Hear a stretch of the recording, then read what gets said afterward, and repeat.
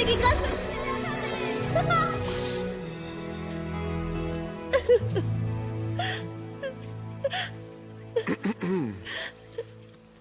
एक बात कहूं, पता नहीं क्यों मुझे ऐसा लगता है कि इस वक्त तुम्हारे दिमाग में कुछ उथल पुथल चल रही है। क्या? मुझे कुछ कुछ समझ में आ रहा है। माँ का डर, बाहर की दुनिया से कटे कटे रहना, पूछो तो ये काफी गहरी कहानी है। लेकिन दिमाग पर इतना जोर मत डालो, ये सब बड़े होने की निशानी है। थोड़ा सा बागी होना, थोड़ी सी मस्ती, ये सब तो सेहत के लिए अच्छा है। सच में? मैं जानता हूँ तुम इसके बारे में बहुत सोच रही हो। क्या तुम्हारी माँ के साथ ये नाइंसाफी है? नहीं। क्या ये सुनकर उनका दिल टूटेगा? बिल्कुल, लेकिन ये तुम्हारे लिए बहुत जरूरी है।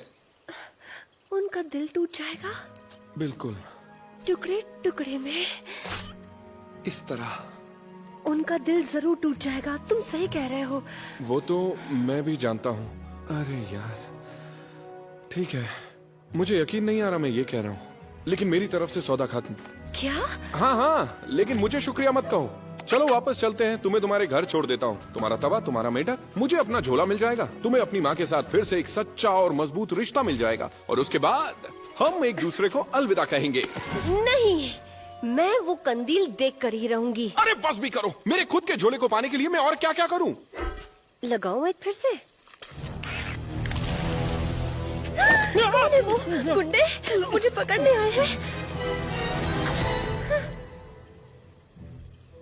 शांत रहो, ये डर को सूंघ लेते हैं। ओह, माफ करना, मैं डर कर कुछ ज्यादा ही उछल गई। शुक्र मनाओ कि यहाँ कोई चोर, बदमाश या गुंडे नहीं निकले। लेकिन मैं गुंडों से नहीं डरती। तुम्हें भूख लगी है? मुझे एक बढ़िया जगह पता है। लेकिन कहाँ? वो मुझ पर छोड़ दो और चलो मेरे साथ।